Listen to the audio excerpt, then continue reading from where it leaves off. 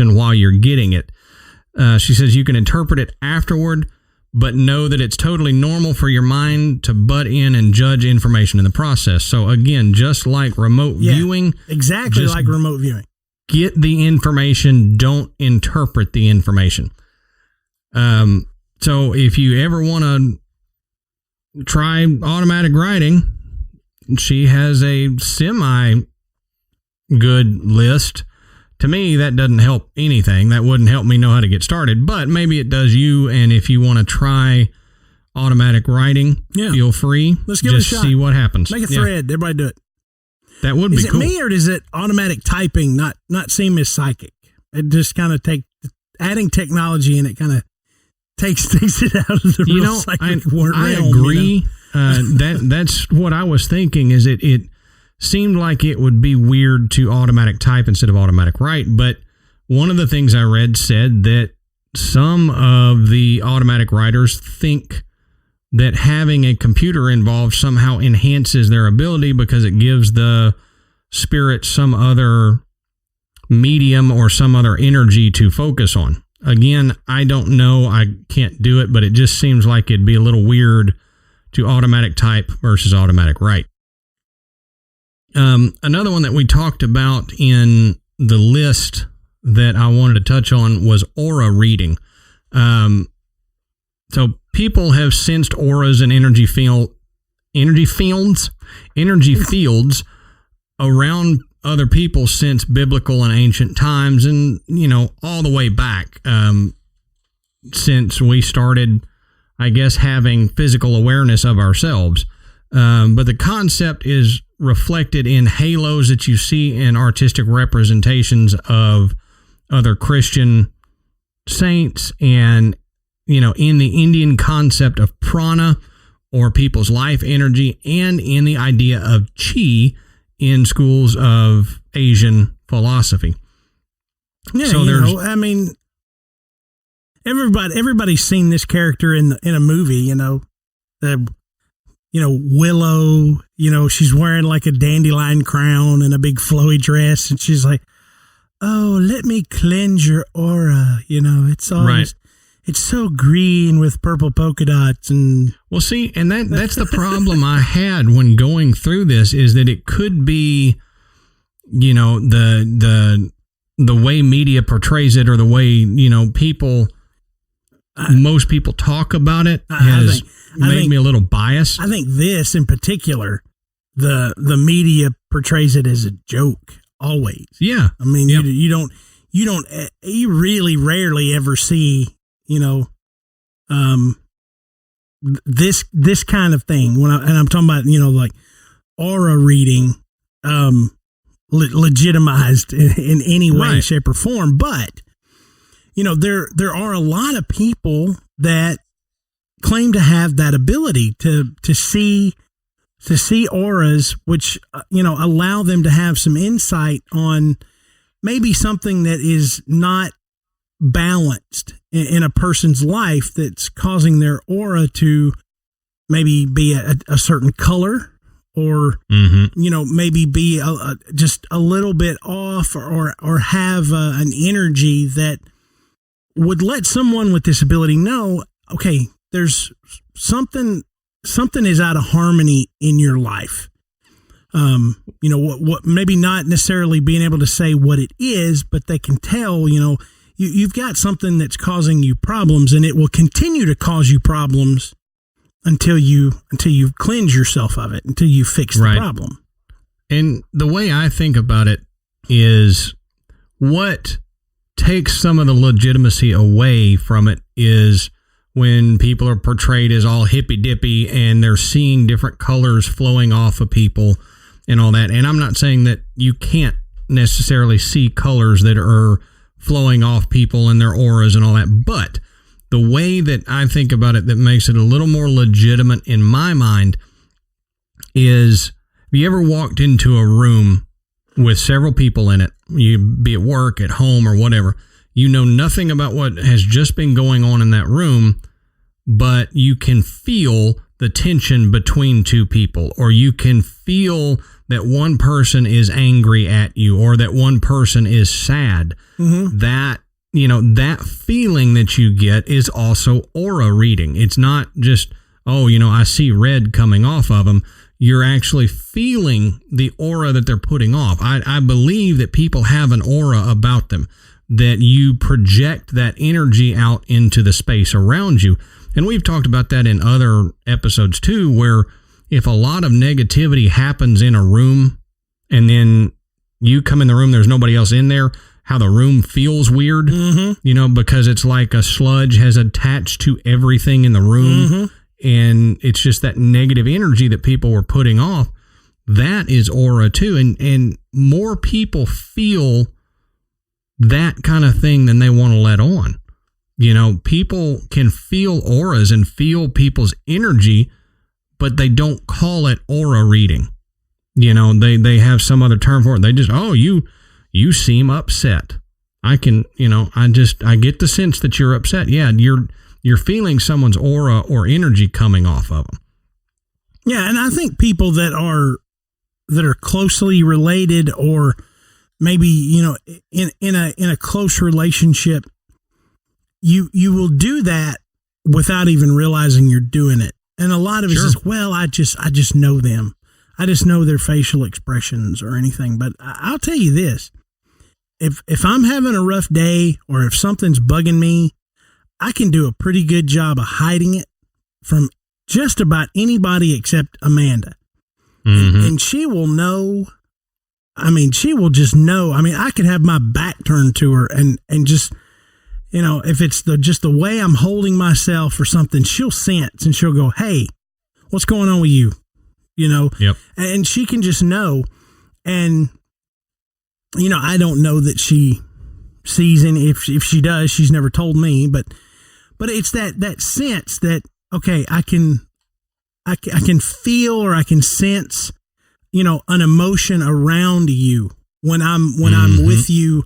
I can sense it, and there's something going on, and it may be more than just body language or facial expressions or things like that. It may be something that you're giving off, and that would be, I'm sensing your aura that something's not right with you. Right. And that's exactly right. And some people are more sensitive to auras, and some people, their aura is stronger and they give off a little more. So it's just like radio signals that your body's tuning into. Yeah. But Gaia, the website Gaia, had a thing on how to read auras for beginners. So I thought this would be interesting. The first one is notice energy. It says, before we can fully develop our ability to see auras, we must first become aware of how energy feels in our body. Next time you are with a friend, pay attention to how you feel in their presence. So exactly what we were just talking about. Notice that energy and see how it affects you. The second one is auras are easier to see from the periphery. They said it's weird, but it is true. We're rarely able to see an aura, as we are biological machines processing and filtering out so much information. So too is our direct vision affected by the lightning speed editing of our brains. To begin seeing the aura, gaze at one spot for 30 to 60 seconds and allow your gaze to soften. Notice those objects just outside of your direct sight to further develop your periphery vision. While mastering your gaze, there is no need to strain or stress, for that will only trigger anxiety in the brain. Breathe normally while practicing this soft focus vision. So develop your peripheral vision is what it's saying. Mm-hmm. That's how you also see shadow people too. Yeah, exactly. So most things happen in the periphery of our vision, and I think that's because most things happen in the periphery, period. The periphery of our realm, the periphery of our dimension, the periphery of our vision. A lot of things happen in the periphery, and we're too fighter pilot focused on the things in front of us, and we don't see it. That's where that opening yourself up comes in. You've got to not only open your mind up, but you've got to open your vision up to see what's in the periphery. And that brings me to something that came up when we were researching the Fae folk. that the fae and fairies dwell in the in-between. You remember that? Mm-hmm. So, there's something about what you just said that when we're focused straight ahead at whatever we're doing, our goal, the task at hand, we're blinded to the things that are in our periphery or in the in-between. And there appears to be so much about what Adam and I discuss on this show that occurs, like he said, in the periphery, in the in-between. And that until you have developed the ability to tune out what's directly in front of you and gain some vision in the periphery, you won't see it. You won't notice it. And so that kind of always makes me wonder, do people just, they disbelieve so much of what they don't understand because everybody is so focused on what the next thing is that's coming up in front of them, instead of stepping back and kind of looking out the sides and just subtly paying attention to what's around them as opposed to what's directly in front of them. And I think psychic ability falls directly in that. Oh, sure. You've got somebody that is exhibiting some kind of ability. You can't see it. And that person may even be yourself because you can't open up to the periphery. Right. And I think you're absolutely right with that. We're so focused on our day-to-day everything that we don't allow the periphery in. And, I try to do that when, like, Ashley and Michael and I go out hiking or whatever.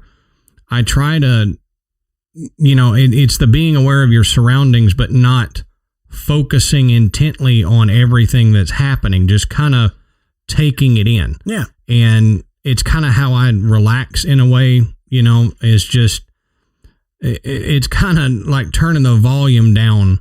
But, when you're driving and you're searching for a house and for some reason you have to turn the radio down so you can hear the street calling your name. I do it every time. I know, me too. So why is that? Well, that's so you're not focused on it and you can kind of open up and see more. And that's kind of how I feel when you're wanting to do something like this. You've got to turn the volume down on life a little bit, and that is a good analogy. I like that. And I think it'll help more people if we can just do that. If you out there in radio land or podcast land want to try it, I think it will help you, turn the volume down on life a little bit and pay attention to what's in your periphery. Pay attention to the subtleness that's happening around you and the subtle, quote, colors or energy that's coming off of people. And you may find out that you're better at this aura reading thing than matter, I think, is possible. Yeah. But one of the things they say in Gaia is to first try to do this with plants, because they say plants can give off an aura as well. They're a living being, so they will give off an aura. So try it with plants first, but then when you move on to people, obviously it says get their permission first. I mean, it would be weird just to start staring at somebody and or staring off to the side at somebody. Yeah, exactly. That's kind of where this goes. It says ask them to stand 14 to 18 inches in front of you against a neutral wall. Look at the wall, not at your friend, to sense the field. So if you got, like, Matt, if I've got you standing up in front of me, but I'm staring off to your right shoulder a little bit and not saying anything to you, that'd be a little weird. Yeah, that guy's looking at me, but he's not looking at me.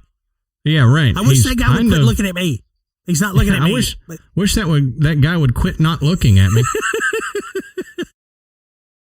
They said you can do self-practice, so you can do it basically to yourself in a mirror to see if you can read your own aura. That's apparently harder than reading someone else's aura, but it is, like Matt and I said, that it's a thing of gathering awareness of what's happening around you, but not focusing on it. So give it a shot. Let us know. if that works for you. Now, the last little thing we want to talk about here that we want to touch on is mediumship. This is one of the big psychic abilities that Matt and I are very much into. Yeah. Now, mediumship, there's a lot of mediums out there who have become famous for their, quote, abilities. One of these people is James Van Praagh. He's a psychic medium. You've seen him on TV. Mm-hmm. You see a picture of him, you'll know who it is. Now, he's got a website out there that I got some of this from. Now, I'm a little sketchy on him, but I'll get into that in a minute. He says everyone is psychic to some degree, which Matt and I have said. He said, if you think about it, you can recall times when you knew who was calling before you picked up the phone, or when you were driving and had a sense of an upcoming hazard before you could see it, or when an uncanny sense that your child was sick or in trouble. You ever had a song just kind of rolling around in your head for some reason, and you turn on the radio and it's on? Yes. Yeah. Yes. Isn't that weird? It's weird. It's weird. Yeah. You might be psychic. Yeah, and you might be psychic if. That's coming up, man. That's coming up. Hold on.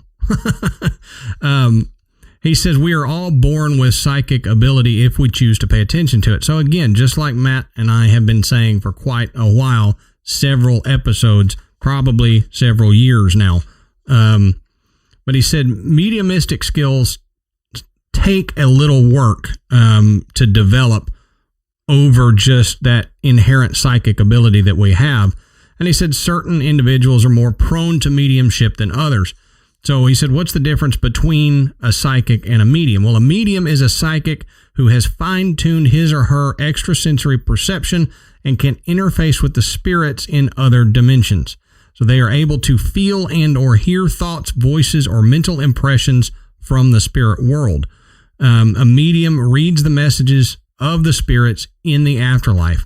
And this means the reader will just transmit to the sitter the messages or signals from the spiritual world. Now, here's where he loses me a little bit. Mr. Van Praagh goes into talking about how this happens, and he says the medium has to raise their vibrations, and the spirit has to lower their vibrations, and they have to meet in the middle, and that's why it's called a medium. Okay. Here's my problem, though, is any time I hear people talking about changing your vibrational energies, you start to lose me a little bit. And that may be just me. That may be a personal thing that I have, but I don't like it put that way because that's been used too often in mumbo jumbo BS that we know is fake. Right. And when somebody who claims to be a legitimate psychic or a legitimate medium starts explaining it in that way, I'm like, hold on. Are you legit, or are you just focusing on the new age terminology of this too much? So take that with a grain of salt. It may be just a little bit of my bias that is causing me to feel that way, but that's how I feel, and this is a safe space, and I feel like sharing. So let's get into, this is my favorite list of the evening, Matt, and I think we will all enjoy this one. This is 21 signs that you're a medium. Okay. This list reminds me so much of our werewolf list and our vampire list. All right. I'm gonna love this. You're gonna love it. Because according to this list, Matt, you're a medium. I'm a medium. Michael's a medium. Ashley's a medium. Actually, Amanda's a medium. Everybody's a medium. I used to be a medium. You're an extra large now? I stepped on my joke. Sorry. I wish I was an extra large. I'm a 2X now, so okay. Yeah. Well, I'm catching up to you, brother. I'm hitting that extra large stage. I feel you. Yeah. Well, I went from a medium shirt to now I'm like pushing a lot. I don't know. I'm fat. Sorry. I buy into the fact that clothes manufacturers, they routinely just start making their clothes smaller. And it has to be, right? Because why could I wear this shirt? This particular size fit me perfectly last year. It's the same shirt, Right. Exactly. They're just making them smaller these days.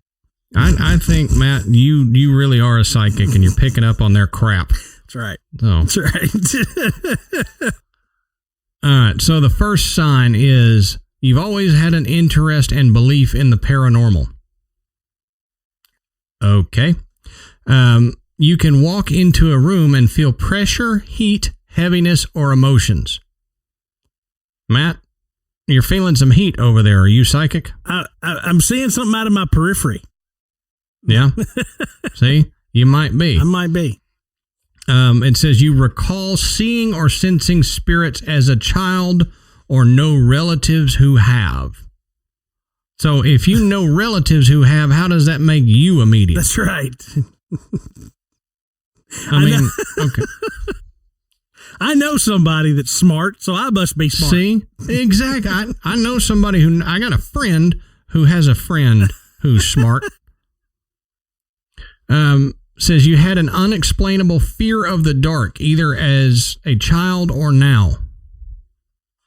Yeah. So, most again, kids. everybody? Kids, really. Yeah. I would think more strangely of a child that didn't at some point. Right. If you never had a fear of the dark, you could just always sit in the dark. Maybe you are a medium at that point because you know there's nothing to fear because they're your friends. Yeah, that's right. I don't know. Seems like a weird list to me, but we're going to keep going.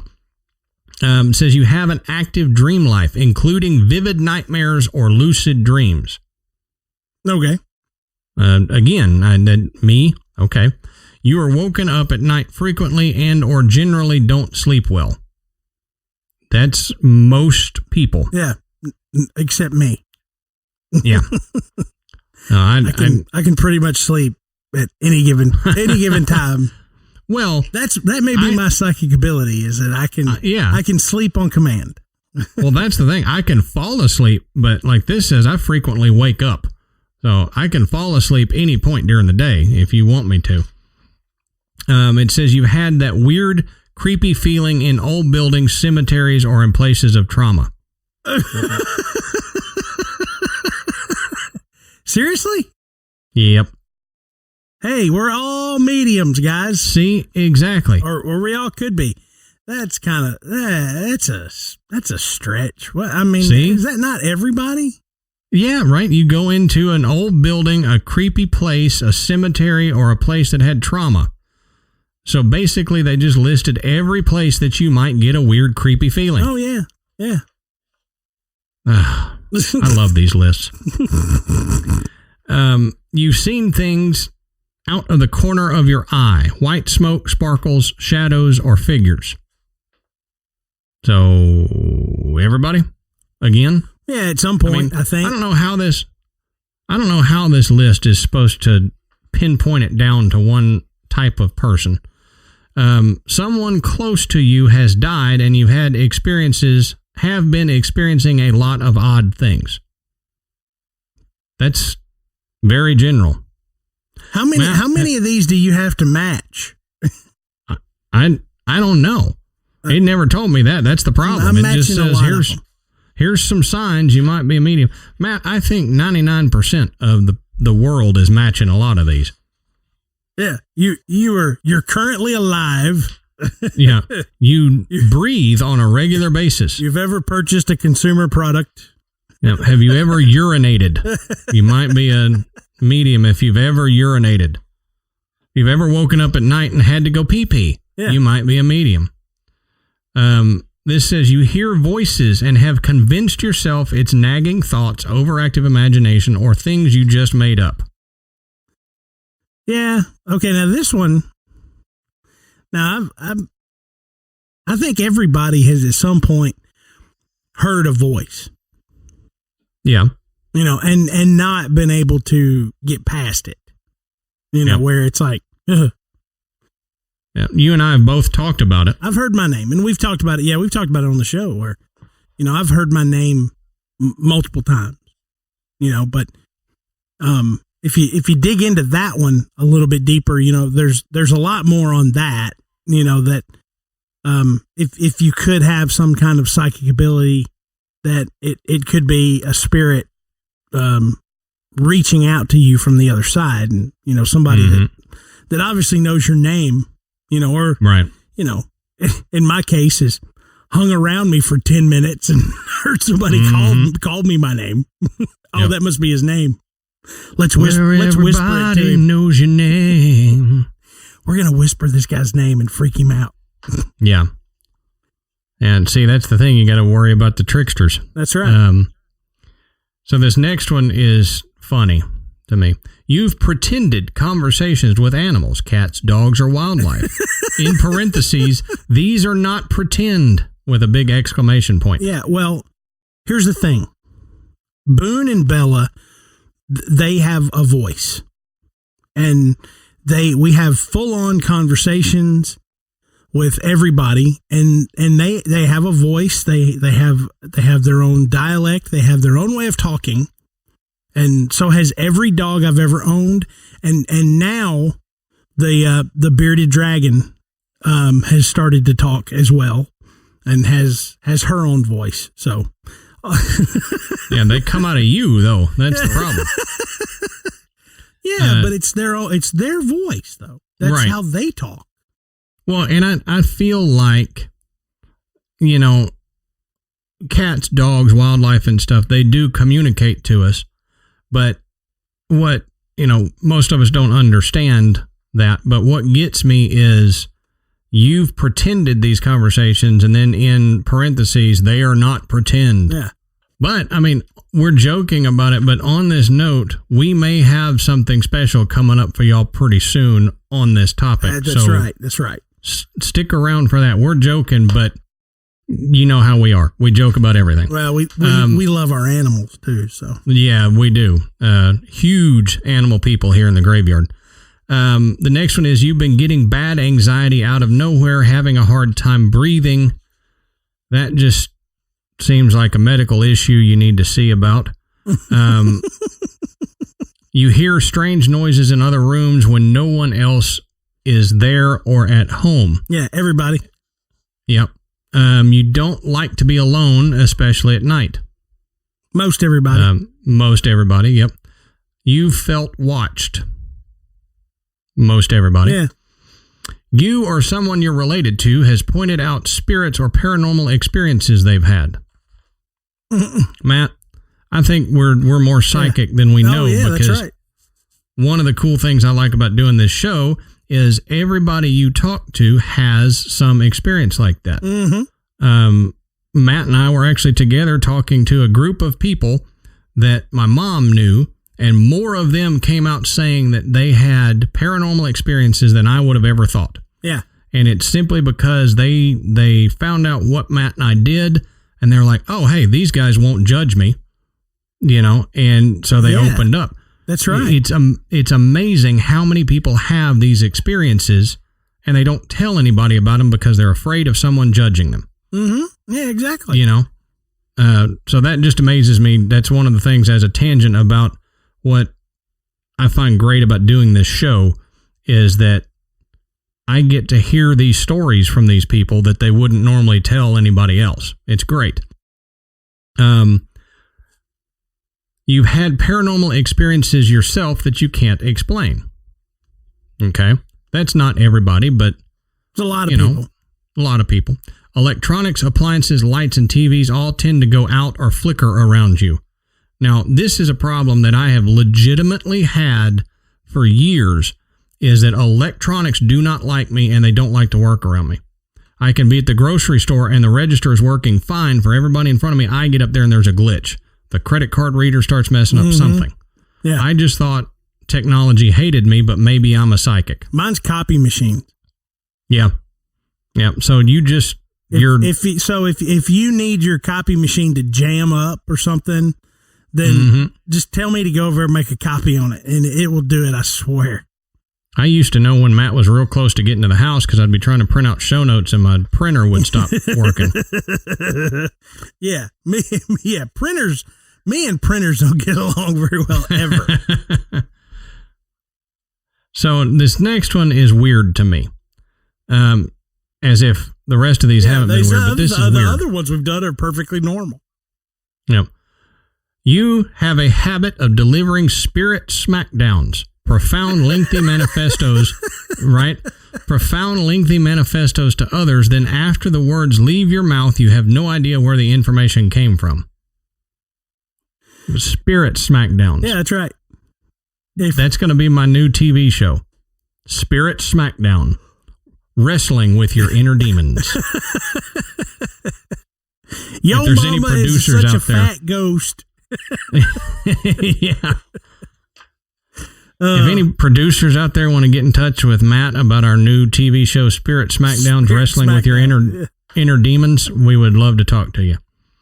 This says you've developed a nervous twitch and it's getting worse. That ties into this last one. You've taken prescription pills, drugs, alcohol, or doused in essential oils to avoid any of the above. So those were fun. We've had a little bit of fun with the you might be a medium if. Yeah. But they're interesting. Very. That we joke about it because that's how we are, but some of those things might be a little bit, have a little legitimacy to them. Yeah. And so I think more people have had experiences with psychics and mediums than they probably let on. You're on vacation and there's, a fortune teller, or you have your palm read, and maybe they hit a nerve. Maybe they say something that you're like, wow, how'd they know that? Maybe they're just they have a really, good eye, a high sense of perception, so that they can read what you're responding to as they talk to make inferences about you or about something in your life, but,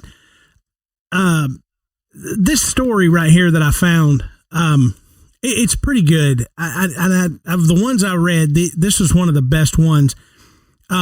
This story was taken from a member of the Huffington Post newsroom, and it was published by Antonia Bloomberg in February of 2016, where they essentially just asked members of the newsroom to anonymously submit their experiences with psychics or mediums. And so this was the one that I picked, and this was entitled "Neckties in the Closet."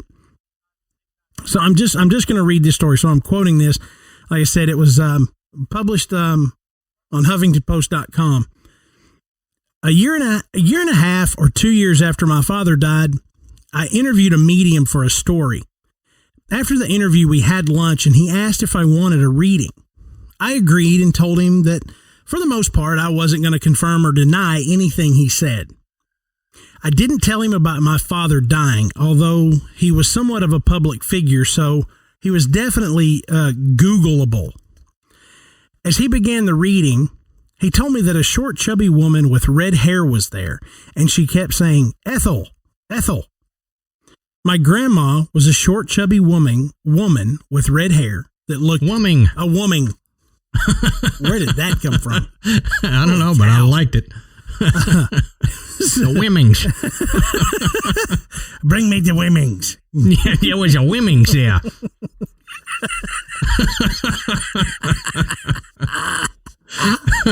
Oh, man. We've totally just stomped on this story.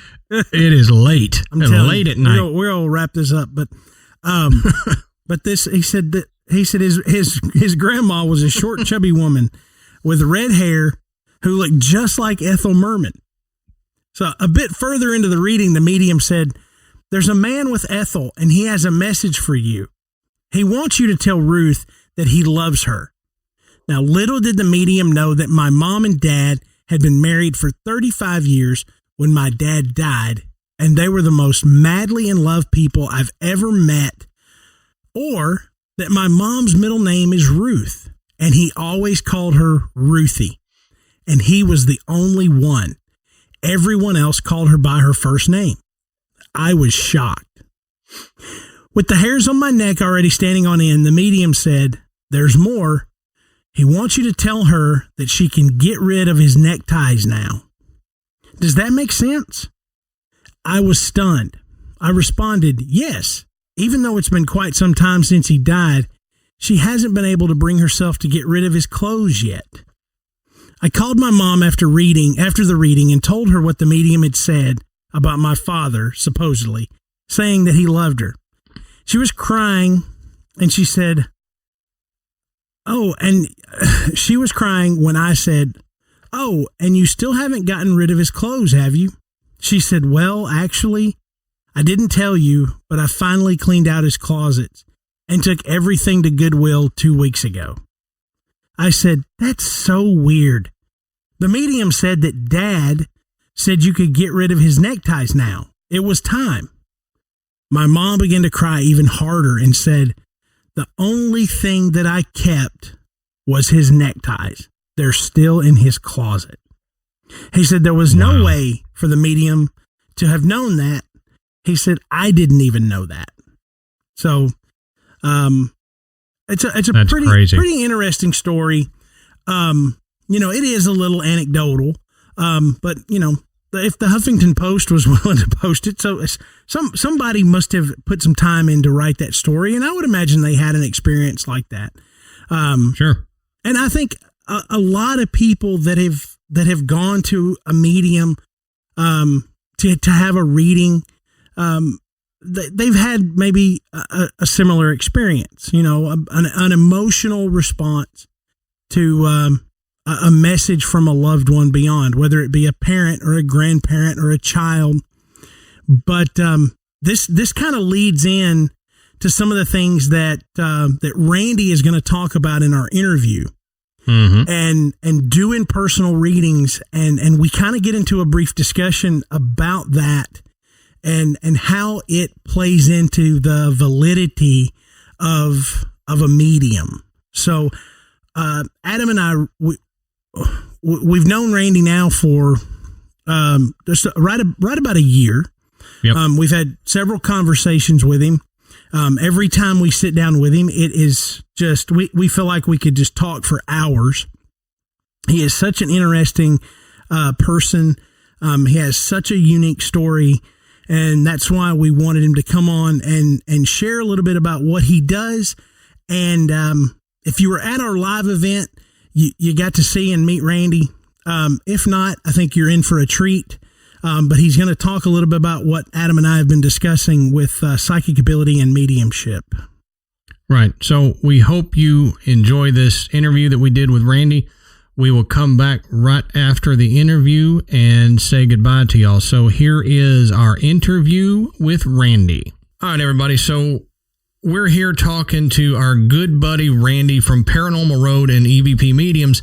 And we told y'all we'd have a good episode this week, and this is why. We get to talk to our good buddy. So as some of y'all may know, Randy is a medium, and he goes on paranormal investigations and everything like that. And we actually spoke with Randy at our live event that we did. Matt, was it last year? Last October, yeah. Okay. Man, time gets away from me. So I know. So we've got a few questions for you, Randy, and then we'll just chat. So as I said, Randy is a medium. So one of my biggest questions that I want to know from everybody that has these abilities is, when did you first learn that you had the abilities? Was it something you knew from the time you had self-awareness, or was it something that you kind of had to grow into? Well, Adam, my story's a little odd. For those who can't see me, I'm not a young dude. I'm an old dude. And none of this really kicked in or made sense until about, I'd say, 4 years ago.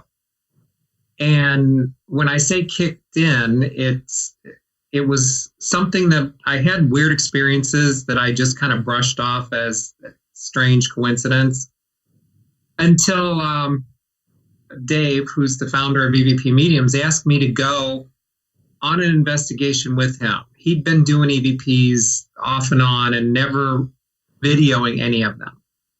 He asked me to go and do his video work. I said, sure, no problem. So he hooked me up with a camera the day before.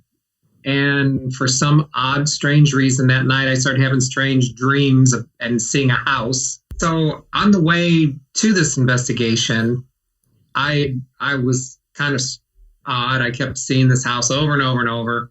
Dave says to me, what the hell's going on with you? He said, you're acting strange. You're not saying anything. And I said, Dave, I know this sounds odd, but I think I know where we're going. And he says, well, I don't know how you know. I didn't tell you. I said, I don't know how I know either, but I kept seeing this house in my head all night long. And we're driving down the highway, and I told him, and you're going to get off at the next exit.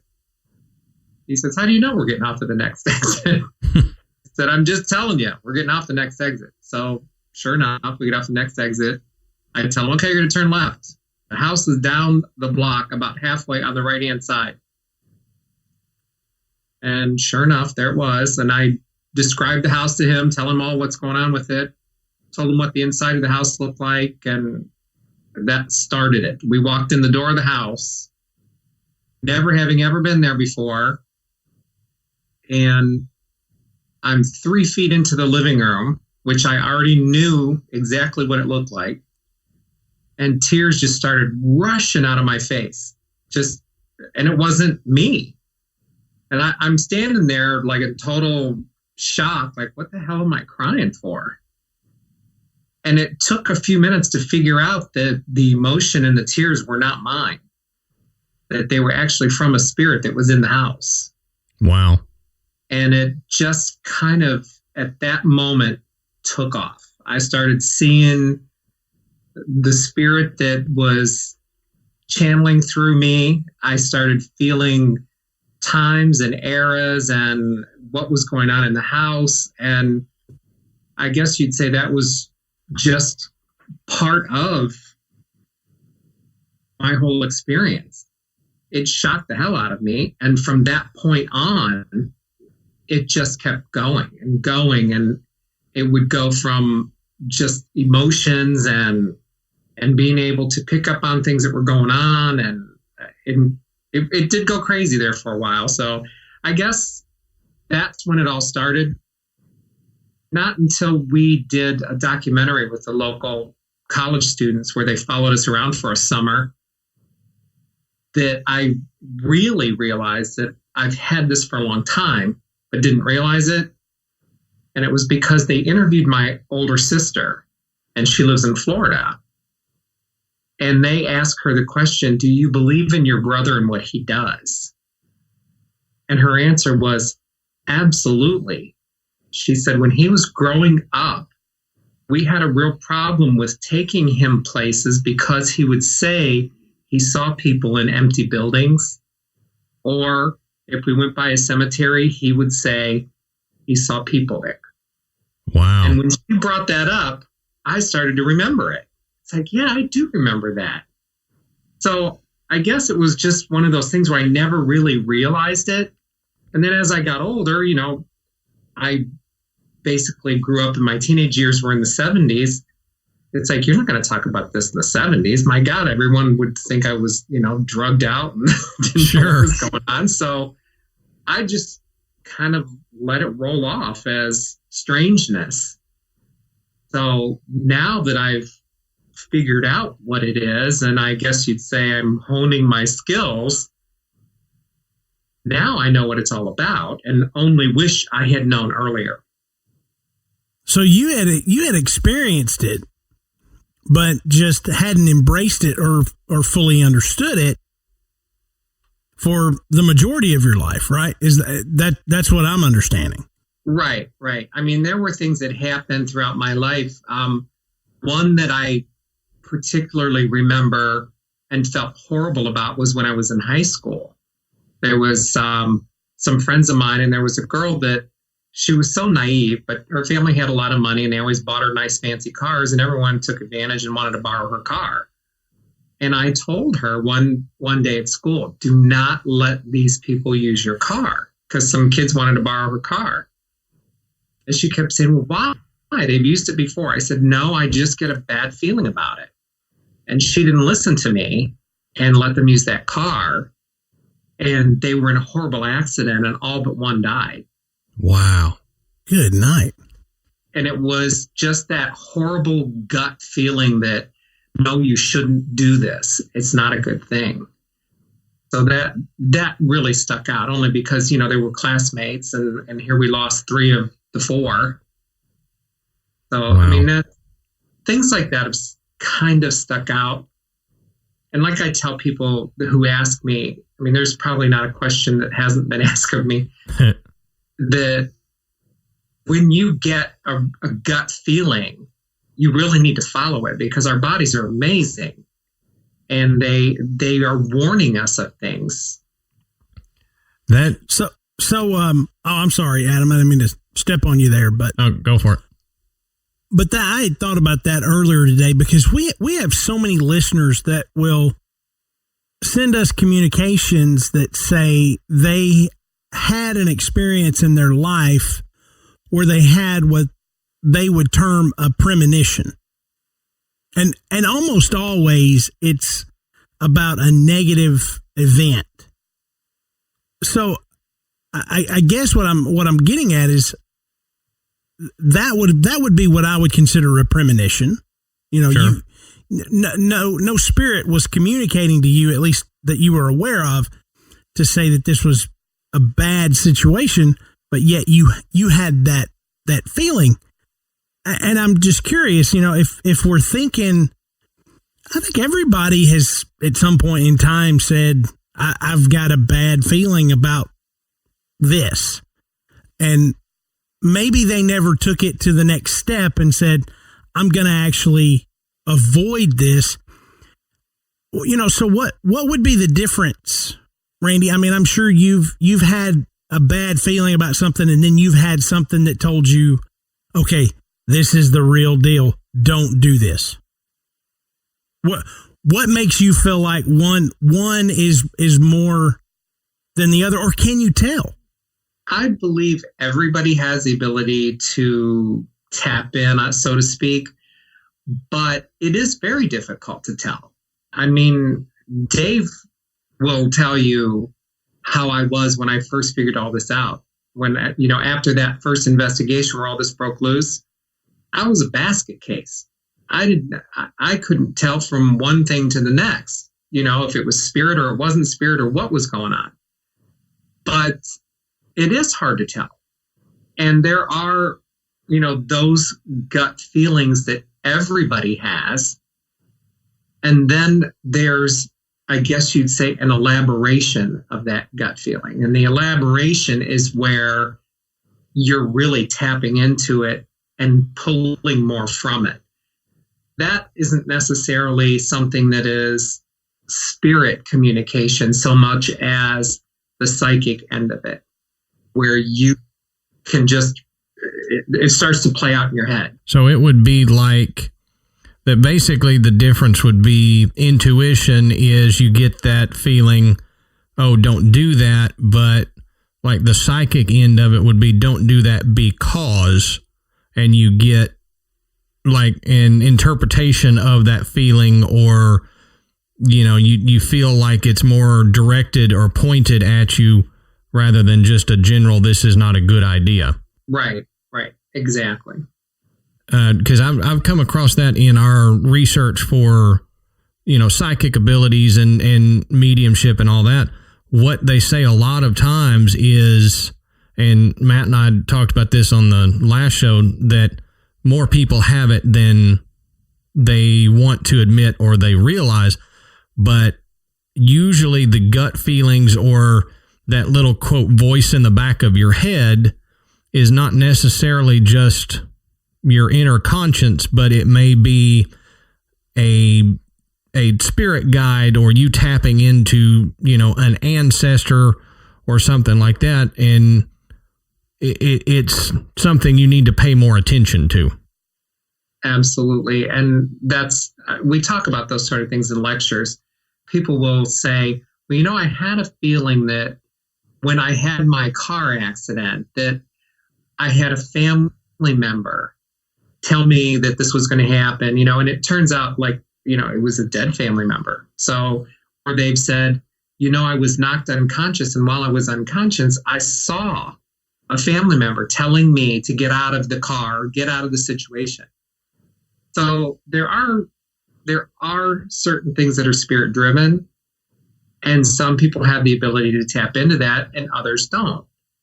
We all have the ability to listen to our body and know what your feeling is, but whether or not you have the quote gift to be able to take it further and know what's going to happen. So one of the other questions that we had is like, since you found that you have this ability, has it caused any issues in your everyday life? Not the, paranormal investigation side, or when you're intending to draw upon something, but, say you're at work and, does it come across that way? Can you receive things that are a hindrance, basically?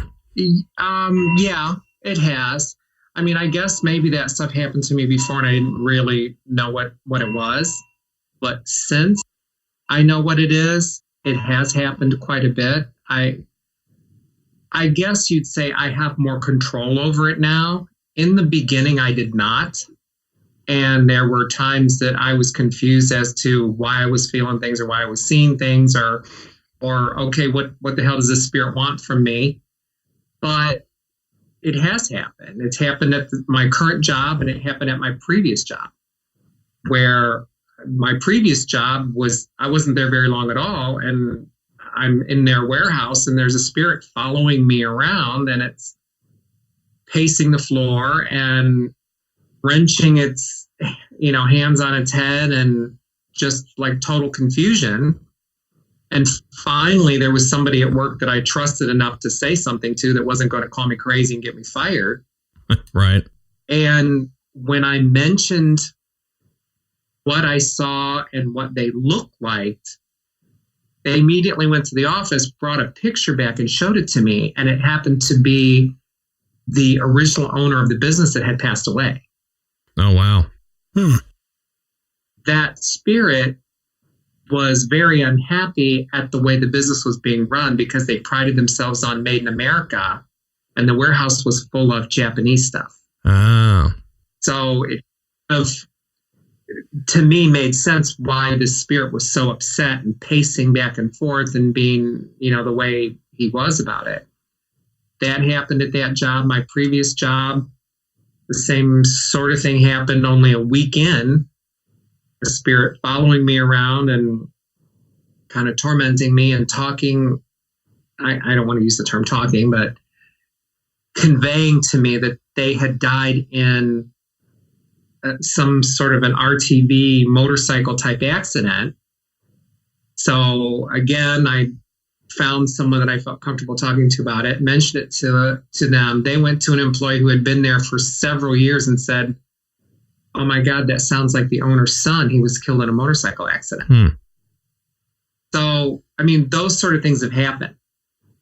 Until you learn to control that will happen to you everywhere you go. You can go into a grocery store or a restaurant or anywhere, and if there's a spirit in there that wants to get your attention, they're going to try. So, I mean, I just have to kind of block it out. There's times when it's like, okay, this is my time. I'm trying to eat dinner. Right. Let's, if it's that important, hey, catch me on the sidewalk on the way out, but let me get through this.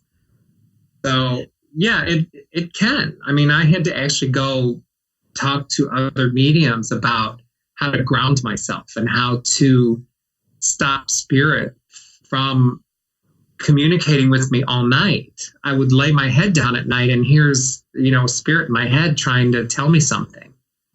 So it can be, people call it a gift, and sometimes I sort of think maybe not so much. Matt, maybe those voices I hear are spirits and not just me going insane. Maybe so. Hone your skills. Yeah. Randy, oh man, just everything you just said just brings up so many. It goes right into what, the heart of what we want to talk about, and it just brings up so many more follow-up questions. I've tried to formulate. How can I'm either going to bombard you with a bunch of questions, or I'm gonna ask one that's got so many parts. But with one thing I'm curious is if you feel that are these spirits, are they doing this all the time, and people just they don't tune out the noise and they don't notice it? Or does a medium or someone that's in tune with this enter that environment, and all of a sudden they say, bam, it's like an antenna, and they're like, there's someone that can hear me. I was going to ask the same thing. Yeah. And I probably would have gotten to it anyway.